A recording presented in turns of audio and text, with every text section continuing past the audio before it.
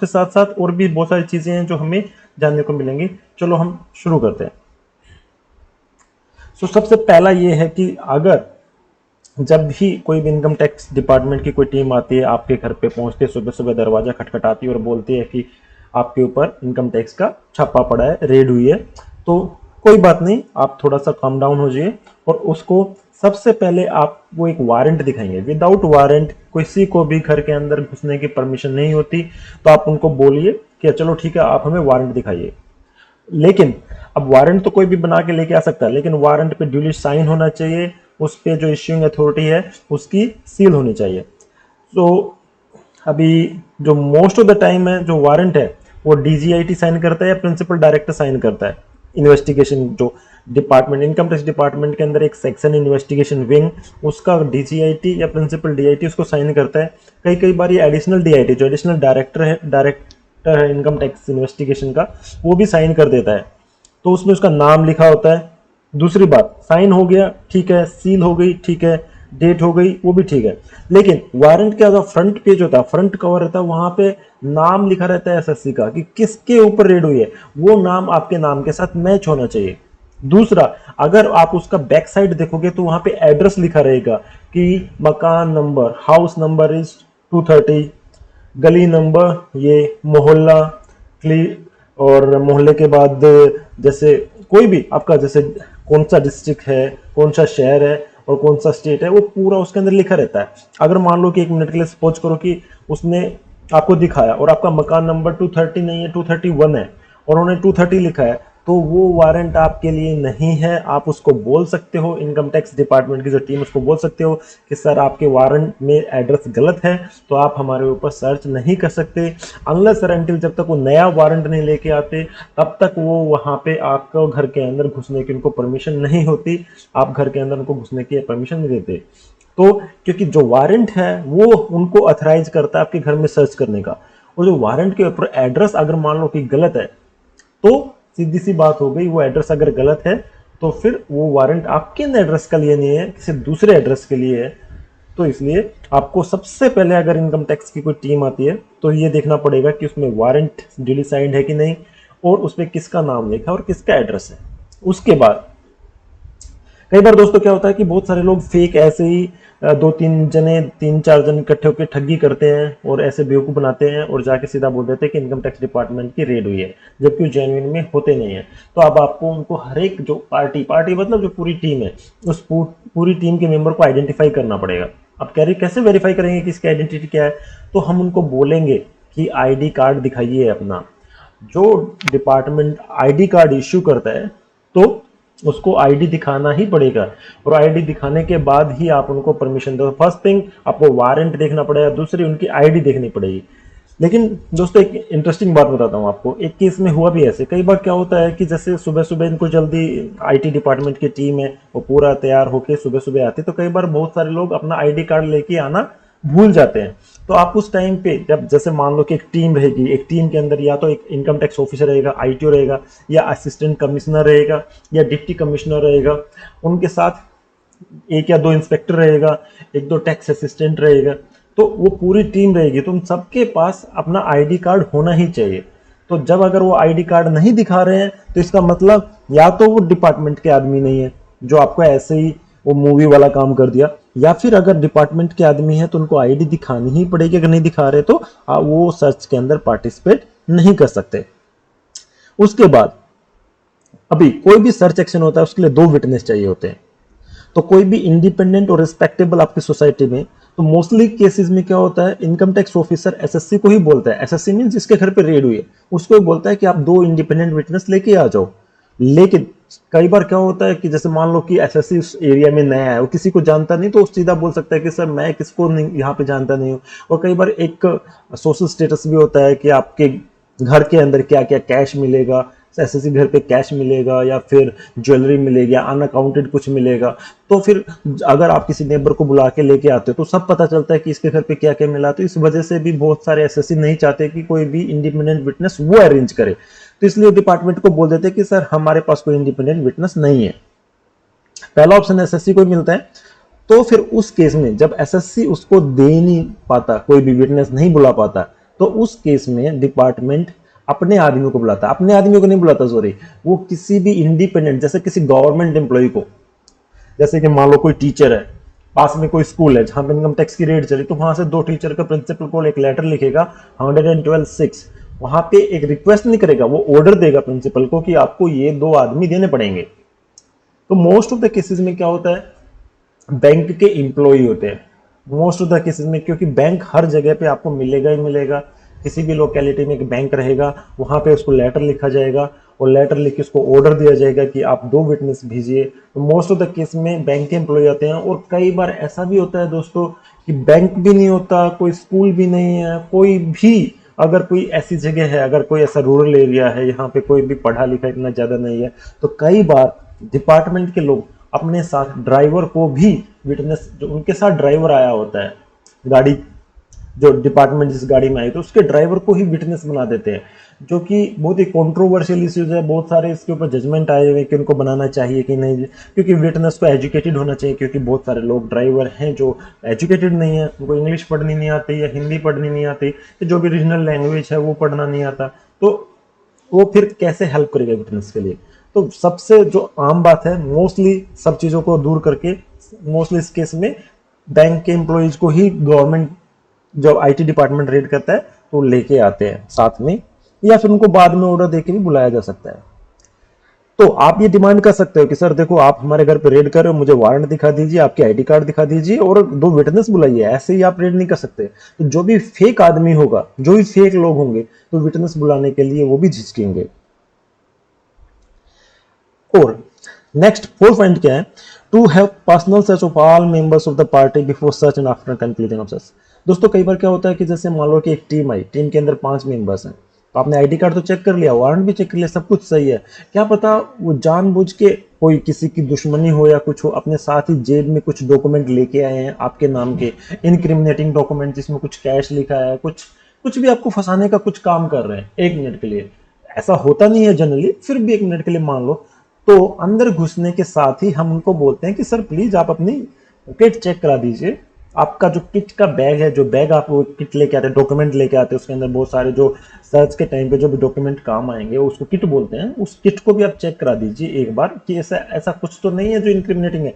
और दूसरा, जब सर्च खत्म हो जाती है तो आपको पता है बहुत सारी तरह के लोग रहते हैं, जैसे कि मान लो आपके घर में पूरा सर्च के रेमेजिंग करते हैं, पूरे घर की रेमेजिंग करते हैं, उस घर की रेमेजिंग के अंदर मान लो कुछ पैसा मिल गया, तो मोस्टली ऐसा होता नहीं है, बट स्टिल अगर मान लो वो पैसा आपको पता ही नहीं चला, क्योंकि आप तो सर्च एक्शन में दूसरे ऑफिसर की हेल्प कर रहे थे, बट किसी एक ने वो पैसा निकाल के अपनी जेब में डाल दिया, तो उस टाइम पे भी आप जाने के टाइम पे, जैसे कि ज्वेलरी है, ज्वेलरी की जब हम जब आईटी डिपार्टमेंट उनकी वैल्यूएशन कराता है और अगर वैल्यूएशन उसकी ज़्यादा निकलती है, तो कई बार क्या होता है कि एक आध ज्वेलरी मिसप्लेस हो जाती है, तो बेटर डिपार्टमेंट के आदमी ही खुद ये बोलेंगे कि सर आप प्लीज़ चेक कर लीजिए, ताकि कल को आप ऐसे आके मत बोलो कि हमारी ज्वेलरी नहीं मिली, हमारा कैश नहीं मिला, हमारा ये नहीं मिला। जो कुछ भी रहेगा सब कुछ अकाउंटेड रहेगा। अगर कैश नहीं मिल रहा तो इसका मतलब उसको सीज किया है, सीज किया तो उसके ऊपर आपके साइन हुए, तो आपको पता रहेगा। कहने का मतलब ये है कि जो भी होता है आपकी प्रेजेंस में होता है, विटनेस की प्रेजेंस में होता है,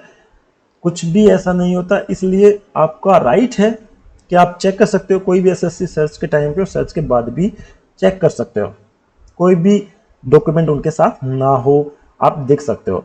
उसके बाद नेक्स्ट है, देखो जब एक फीमेल मेंबर, ये दोनों ही तरफ से एप्लीकेबल है, जैसे कि आप पार्टी आई है, जो इनकम टैक्स की टीम आई है, उसको आप चेक कर रहे हो, उसके तो वहां पे हो सकता है कि फीमेल ऑफिसर भी हो, तो कोई भी मेल आदमी घर का फीमेल ऑफिसर की चेकिंग नहीं कर सकता। और इन द सेम वे जब रेमेज कर रहे होते हैं, जब इनकम टैक्स डिपार्टमेंट की टीम, आईटी टीम घर के सब मेंबर्स की चेकिंग कर रहे होते हैं, उनके पास में कुछ है नहीं, उनके मोबाइल को जमा करा रहे होते हैं, डिपॉजिट कर रहे होते हैं कि आप मोबाइल यूज नहीं कर सकते, लेडीज के पर्स चेक कर रहे होते हैं, या फिर लेडीज का कोई भी बिलोंगिंग, कुछ भी सामान जो लेडीज के रूप में है, बेडरूम में है, तो उस टाइम पे कोई भी मेल एम्प्लॉय, मेल ऑफिसर उस चीज को चेक नहीं करता। मोस्टली फीमेल एम्प्लॉय हमेशा साथ में रहते हैं, जब घर पे जाते हैं तो फीमेल एम्प्लॉय ही उन सब चीजों को चेक करते हैं। और इस रिगार्डिंग में पूरी डिसेंसी बरतनी चाहिए, पूरे अच्छे तरीके से, कोई भी ऐसा गलत तरीके से उसको चेक नहीं करना चाहिए। और हमेशा देख लेना, कोई भी टीम रहेगी इनकम टैक्स डिपार्टमेंट की, उस टीम के अंदर कम से कम एक लेडी मेंबर जरूर रहेगी। ये सब चीजें ये राइट भी है। और अगर मान लो लेडी मेंबर नहीं है और आपके घर पे डिपार्टमेंट की रेड है, सब लोग जेन्युइन भी है, सब कुछ आपने चेक किया, सब कुछ फुल प्रूफ है, कोई दिक्कत नहीं है, और आपके घर में एक लेडी मेंबर है, आपकी वाइफ, आपकी मम्मी, आपकी सिस्टर, आपकी बेटी है, कोई भी है, तो उस टाइम पे अगर आप चाहो तो उनको बोल सकते हो कि आप एक लेडी ऑफिसर को बुलाइए, वो ही एक जो हमारे घर की फीमेल्स हैं उनके सामान को चेक करेंगे, उनकी बिलोंगिंग्स को सबको चेक कर पाएंगे। उसके बाद नेक्स्ट राइट क्या है? देखो दोस्तों, एक सर्च होती है ना, तो सर्च के टाइम में पंचनामा बनता है। जैसे मैंने बताया विटनेस को बुलाते हैं, पंचों का नामा, पंच प्लस नामा, जो पंचों का नामा, उसमें क्या होता है, जो विटनेस जो कर रहे होते हैं पूरी प्रोसेस को, एक्चुअली इस पंचनामा को प्रिपेयर तो आईटी टीम ही करती है, बट वो विटनेस के लिए किया जाता है, उस पर विटनेस भी साइन करते हैं, आप भी साइन करते हो, और आईटी ऑफिसर भी साइन करता है जो उस टीम का ऑथराइज्ड ऑफिसर है। तो पंचनामा के अंदर क्या क्या होता है उसके ऊपर एक सेपरेट मैं वीडियो बनाने वाला हूँ। पंचनामा को कैसे भरा जाता है, कैसे उसके अंदर गलतियां होती हैं, क्या क्या उसके अंदर होता है, बट मोटा मोटा एक बार आपको बता दूं, पंचनामा के अंदर क्या होता है कि सर्च कब शुरू हुई, किसकी परमिशन से शुरू हुई, कहाँ पे शुरू हुई, कौन कौन टीम में था, कौन कौन विटनेस थे, क्या क्या मिला उधर, क्या सीज किया, क्या मिला लेकिन सीज नहीं किया, और कब सर्च खत्म हुई, टेम्परेरली कंक्लूड हुई या परमानेंटली कंक्लूड हुई, और उसके बाद ये सब साइन, एक पूरा पंचनामा, एक 2 पेज का पंचनामा में पूरी हिस्ट्री नहीं, पूरी इवेंट लिखे रहते हैं, पूरी डिटेल लिखे रहते हैं। तो वो पंचनामा की कॉपी, और उसके साथ एनेक्सर होते हैं। एनेक्सर जैसे मान लो कि कुछ उसने बुक्स ऑफ अकाउंट, मान लो कि आपके पास कुछ बुक्स है, कुछ किताबें लिखी हुई जिसपे आपने ट्रांजेक्शन लिखी और डिपार्टमेंट उसको सीज कर रहा है, तो उसके साथ एक एनेक्सर बनाते हैं कि आपने ये सीज किया, ये कैश सीज किया, ये ज्वेलरी सीज की, या फिर सीज नहीं की, आपके पास कैश मिला, क्योंकि घर में हर कोई खर्चा पाने के लिए कैश तो रखता है, बट जरूरी नहीं कि सीज हो, ज्वेलरी तो रहती है। जब आपने अकाउंट की है ज्वेलरी, उसकी इन्वेंट्री तो बनाएंगे, वो उसका वैल्यूएशन तो करेंगे, और जब मैच कर गया, आपने जितना रिफ्लेक्ट भी कर रखा है, आपने आईटी रिटर्न फाइल करने के टाइम पे उतनी ज्वेलरी दिखा भी रखी है, तो उसका मतलब आपकी सारी की सारी ज्वेलरी अकाउंटेड है। जब ज्वेलरी अकाउंटेड है तो सीज करने का कोई मतलब बनता ही नहीं है। तो सीज नहीं करना, फिर भी उसकी एक इन्वेंट्री बनाते हैं कि हाँ इतनी ज्वेलरी मिली हमें, बट सीज नहीं की। और जब अकाउंट नहीं हो रहा, मैच नहीं हो रही, तो जो भी एक्स्ट्रा ज्वेलरी है तो उसको सीज कर भी सकते हैं। तो वो सब आईटी ऑफिसर को डिसाइड करना होता है कि उसको सीज करनी है कि नहीं, वो एज पर लॉ चलता है। बट हमारा काम क्या है, एसएससी का काम क्या है, एसएससी का काम ये है कि उसको एक पंचनामा की कॉपी चाहिए, उस पर विटनेस के साइन होने चाहिए, उस पर अथराइज्ड ऑफिसर के साइन होने चाहिए। तो पंचनामा की कॉपी वो हमेशा अपने सर्च खत्म होने के टाइम पे, जब रेड खत्म होने के टाइम पे ही पंचनामा प्रिपेयर होता है, तो उस टाइम पे टीम के जाने से पहले उनको बोलो कि सर प्लीज मुझे पंचनामा की कॉपी और उसके सारे एनेक्सर दे दीजिए। मोस्टली जो डिपार्टमेंट रहता है वो अपनी पूरी पंचनामा की कॉपी देता भी है, और उस पर एसएससी के साइन भी लेता है, received copy, I have received panchnama copy, I have received inventory of cash copy, और साइन भी करके। तो जब आप साइन कर रहे हो कि आई हैव रिसीव्ड दिस, तो उसका मतलब आपको कॉपी मिलनी भी चाहिए। अगर मान लो गलती से नहीं मिल रही तो आप उसको बोलिए कि वो कॉपी आपको दे। उसके बाद नेक्स्ट पॉइंट है, जब भी कोई पैकेज सील कर रहे हैं, कोई सीज कर रहे हैं, जैसे कि आपके घर में 5 बुक्स मिली और उस बुक्स के अंदर कुछ इनक्रिमिनेटिंग आपने लिखा हुआ है, कुछ भी डॉक्यूमेंट है जो डिपार्टमेंट को लगता है कि सीज करना चाहिए, ठीक है। तो जब सीज करने के टाइम पे उस टेप लगाते हैं, उसको सील करते हैं, उस पर लाख लगाते हैं, उस पर सील लगाते हैं, तो आपके भी सिग्नेचर लेता है, एसएससी के भी सिग्नेचर होते हैं उस पर। तो कई बार क्या होता है कि एसएससी को ऐसा लगता है कि मेरा तो ये डॉक्यूमेंट था ही नहीं, ये कहाँ से आ गया, ये तो डिपार्टमेंट ने खुद अपनी तरफ से ऐड कर दिया। तो जबकि ऐसा ऐड होता नहीं है, फिर भी कई लोग ऐसे सब दिक्कतों से दूर होने के लिए बेटर अपनी सील उस पर लगा दें, और जब अपनी सील लगा दे तो अपने कंफर्म कर दिया कि ये आपका डॉक्यूमेंट है, और जिस पे सील नहीं लगी उसका मतलब वो आपका डॉक्यूमेंट नहीं है। तो कल को अगर कुछ ऐसा अलग से कुछ डॉक्यूमेंट बीच में आ गया, कुछ उन्होंने अलग से कुछ ऐड कर दिया, तो उस टाइम पे आप बोल सकते हो कि सर ये डॉक्यूमेंट मेरा नहीं है, तो प्लीज़ ये इससे रिलेटेड कोई भी क्वेश्चन मुझसे मत पूछिए, मेरे डॉक्यूमेंट वही हैं जहाँ पे मैंने अपनी सील लगाई है। और अगर मान लो आपके पास सील नहीं है तो आप अपने साइन कर सकते हो। तो कोई भी डॉक्यूमेंट है उसको हम अल्टर, इससे बेनिफिट ये होगा कि कोई भी अल्टर नहीं होगा, कोई प्लान नहीं कर सकता, कुछ नया अपने आप कुछ अलग से ऐड नहीं कर सकता। नेक्स्ट है, देखो कई बार बहुत सारे रिलीजियस राइट्स रहते हैं। कोई जैसे कोई लेडीज है, एक अपार्टमेंट में रह रही है, तो वो अपनी सर्च से जो राइट है वो विड्रॉ कर सकती है कि मैं सर्च के अंदर पार्टिसिपेट नहीं करना चाहती क्योंकि मेरा कस्टम मुझे अलाउ नहीं करता पब्लिक में अपीयर होने के लिए। मेरा कस्टम ऐसे हैं, मैं पब्लिक में अपीयर नहीं हो सकती, तो मैं इस सर्च के अंदर पार्टिसिपेट नहीं करूँगी। इनकम टैक्स डिपार्टमेंट की जो टीम है वो उसकी एक बार पर्सनल चेकिंग करेगी। जो लेडी ऑफिसर वो पर्सनल चेकिंग करेगी और उसको बोल देंगे कि ठीक है आप अपना जाके वहाँ पे, हम आपको सर्च के अंदर कहीं पे भी इन्वॉल्व नहीं कर सकते, वो भी एक राइट है। दूसरी बात ये होती है दोस्तों, कई बार क्या होता है सर्च की वजह से जब रेड होती है तो आदमी थोड़ा सा घबरा जाता है, एंग्सियस हो जाता है, बीचन वर्ल्ड हो जाता है कि क्या होगा क्या नहीं। तो मेडिकल हेल्थ भी बिगड़ने की जो हेल्थ इश्यूज है वो सब भी आ सकती है। तो उस टाइम पे अगर मान लो हेल्थ प्रैक्टिशनर या किसी डॉक्टर को आप बुलाना चाह रहे हो तो आप बुला सकते हो, लेकिन with permission from the authorised officer को पूछना पड़ेगा। ऐसा नहीं कि आपने सीधा फोन उठाया उसको कॉल करके बुला लिया, नहीं। आप उनसे पूछो कि मेरी हेल्थ खराब है तो मैं डॉक्टर को मिलना चाहता हूँ, मिलना चाहती हूँ। तो वो अथराइज ऑफिसर को ऐसा लगता है तो आप उससे मिल सकते हो। लेकिन जब भी कोई डॉक्टर, मान लो डॉक्टर आपके घर पे आ रहा है जहाँ पे रेड चल रही है, तो उसको आने से पहले इनकम टैक्स डिपार्टमेंट का कोई इंस्पेक्टर या फिर टैक्स असिस्टेंट उसको चेक करेगा उसने जो भी सामान लेके आया कुछ ऐसा सामान तो नहीं लेके आया जो वहाँ पे था ही नहीं। एक्सेप्ट उसके जो मेडिकल इक्विपमेंट है उसको छोड़ के बाकी कुछ ऐसा ना हो जो सर्च से रिलेटेड हो। और जब वो आपको चेकिंग करके वापिस जा रहा होगा आफ्टर मेडिसिन देने के बाद, वापिस जाने के टाइम पे भी वो ये देखेंगे कि उसने कुछ साथ में ले तो नहीं लिया है। तो ये सब चीजें भी ध्यान में। लेकिन कई बार क्या होता है कि आदमी को हॉस्पिटलाइज करना पड़ता है। अगर हॉस्पिटलाइज भी करना पड़ता है तो कोई बात नहीं, एम्बुलेंस को बुला सकते हो। आदमी जो भी जिसकी हेल्थ डाउन है, हेल्थ खराब है, उसकी आप चेकिंग करो। चेकिंग करने के बाद अथराइज्ड ऑफिसर चेक करेगा, उसका इंस्पेक्टर चेक करेगा, चेक करने के बाद उसको परमिशन मिल जाएगी, आप जा सकते हैं। तो कहने का मतलब ये है कि सर्च के टाइम पे अगर किसी को मेडिकल हेल्थ इश्यूज हैं तो उसके लिए वो डॉक्टर को बुला सकते हैं, डॉक्टर के पास भी जा सकते हैं, उसमें कोई दिक्कत नहीं है, ये एक राइट है। बट उसके लिए आप ऐसे नहीं कि श्योर मोट अपने आप ही उठ के चले गए और डिपार्टमेंट के जो भी ऑफिसर्स वहां पे आए थे उनको बताया नहीं। उनको बताओ, उनको अपनी सिचुएशन बताओ, उनको अवेयर कराओ और उसके बाद आप परमिशन लेके आप वहां से जा सकते हो, वो आपको मना नहीं कर सकते।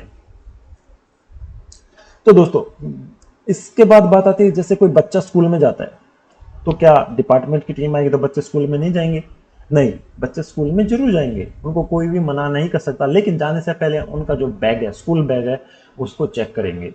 उसको चेक करेंगे, उसमें कुछ भी इंक्रिमिनेटिंग नहीं है, आपने उसमें कैश भर के नहीं तो डाल दिया है, उसमें कुछ बुक्स ऑफ अकाउंट तो नहीं भेज दिए, वो चेक किया उसमें कुछ भी इंक्रिमिनेटिंग नहीं मिला, तो ठीक है वो उसको अलाउ कर देंगे बच्चे को जाने के लिए। लेकिन everything happen with the permission of authorised officer only. उसके परमिशन के बिना कोई भी प्रमाइस को छोड़ नहीं सकता और कोई भी प्रमाइस के अंदर आ नहीं सकता। देखो कई बार क्या होता है कि जैसे 3 दिन सर्च चलती है, 4 दिन रेड का चलता है सारा प्रोग्राम। उसके बाद क्या होता है कि फिर भी बहुत सारे डॉक्यूमेंट होते हैं जो पॉसिबल नहीं है ह्यूमनली उन सबको वेरीफाई करना, उनको सबको चेक करना। तो डिपार्टमेंट क्या करता है, उन सब डॉक्यूमेंट को इकट्ठा करके एक रूम के अंदर या एक अलमीरा के अंदर, कपबोर्ड के अंदर, किधर एक जगह पर रख देते हैं और उसके ऊपर प्रोहिबिटरी ऑर्डर लगा देते हैं। प्रोहिबिटरी ऑर्डर का मतलब ये है कि उसको एसएससी छू नहीं सकता, उसको एसएससी टैंपर नहीं कर सकता। जो भी डॉक्यूमेंट उसके अंदर रखे हैं, चाहे ज्वेलरी रखी, कैश रखी, उसको एसएससी यूज नहीं कर सकता और एसएससी की जिम्मेवारी है उनको यूज ना करे और उसके ऊपर जो सील लगाई है उसको इंटैक्ट रखे, टैंपर ना करे। लेकिन जब दोबारा से, क्योंकि विद इन 2 मंथ्स के अंदर जब सर्च खत्म होती है उसके 2 महीने के अंदर डिपार्टमेंट को वापस आके वो सब चीजें करनी पड़ती हैं, दोबारा से उसको खोलो, उनमें काम की चीजें डिपार्टमेंट के लिए अपने साथ सीज करके लेके जा सकता है, फिर से पंचनामा बनेगा, फिर से इन्वेंट्री बनेगी। लेकिन अगर काम की चीज नहीं है तो एसएससी को वापस देगा। उस टाइम पे बहुत जगह पे सील लगा देते हैं, तो वो देखना पड़ेगा सर्च की कंटिन्यूशन के टाइम पे कि वो सील सही से लगी हुई है कि नहीं लगी हुई। या फिर डिपार्टमेंट आपके पास से कोई डॉक्यूमेंट सीज करके ले गया, जैसे कि मैंने पहले भी बताया था, तो उस पर आपको जब भी जरूरत पड़े आप देखना है कि आपके साइन वहां पे हैं कि नहीं। अगर आपके साइन नहीं है तो मतलब वो आपका डॉक्यूमेंट नहीं है। फिर उसके बाद बात आती है कि ठीक है खाने का क्या, सोने का क्या। रेड तो हो गई, आ गए वो लोग सुबह 7 बजे, 7 o'clock को स्ट्राइक कर दिया, खाना भी नहीं खाया, ब्रेकफास्ट भी नहीं हुआ, लंच भी नहीं, डिनर भी नहीं। सोने का कब टाइम है, कब जाएंगे वो?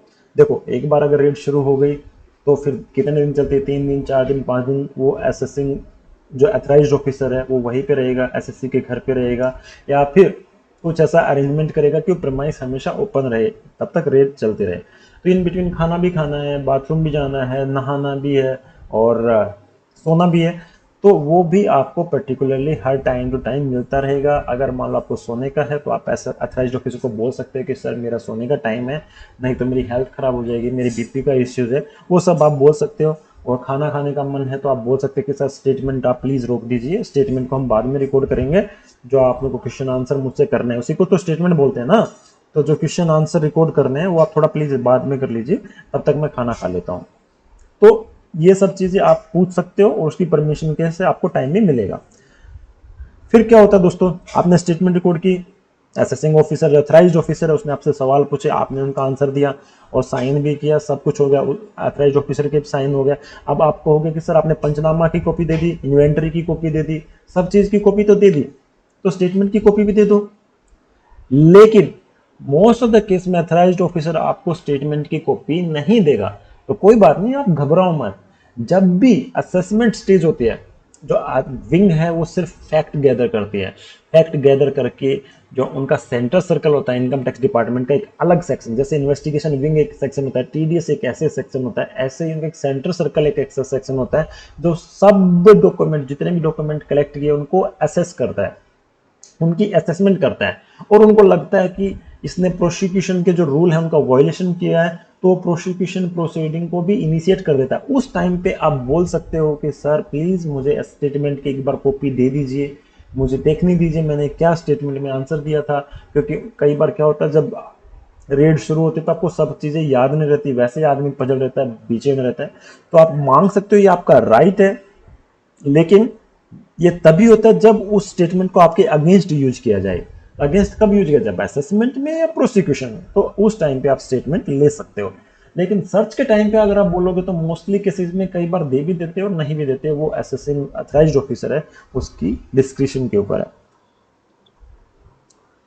फिर ठीक है सर, आपने बोला कि स्टेटमेंट तो मिल जाएगी, बाद में मिलेगी, लेकिन जो आपने सीज किया वहां से बुक्स ऑफ अकाउंट सीज किए, उसमें पता नहीं क्या लिखा है मैंने, अब आपने उस टाइम पे तो दिखा के मुझसे स्टेटमेंट रिकॉर्ड कर ली, बट अभी असेसमेंट कर रहे हो, अब भी आप मुझसे पूछ रहे हो कि ये क्या है वो क्या है, तो उसके लिए मुझे वो तो चाहिए ना कि क्या है, उसके अंदर क्या लिखा हुआ है। तो उसके लिए क्या होगा, अथराइज्ड ऑफिसर है या तो खुद उसकी कॉपी, आपको जो भी कॉपी चाहिए आप उनको एक लेटर लिखो कि सर मुझे इसकी ये कॉपी चाहिए, ये पेज चाहिए, या पूरी की पूरी मुझे फाइल चाहिए जो आपने सीज की है, वो लिखो उनको लेटर, वो या अपने किसी इंस्पेक्टर को वो सब काम करने के लिए दे देगा और आपको उसकी कॉपी भी मिल जाएगी। बट इमीडिएट रेड के टाइम जैसे खत्म होती है उसी टाइम पे मोस्ट प्रोबेबली नहीं मिलती, बट लेटर और आफ्टर जब से रेड खत्म हो गई उसके बाद आप जाके ये सब डेटा डिपार्टमेंट से ले सकते हो।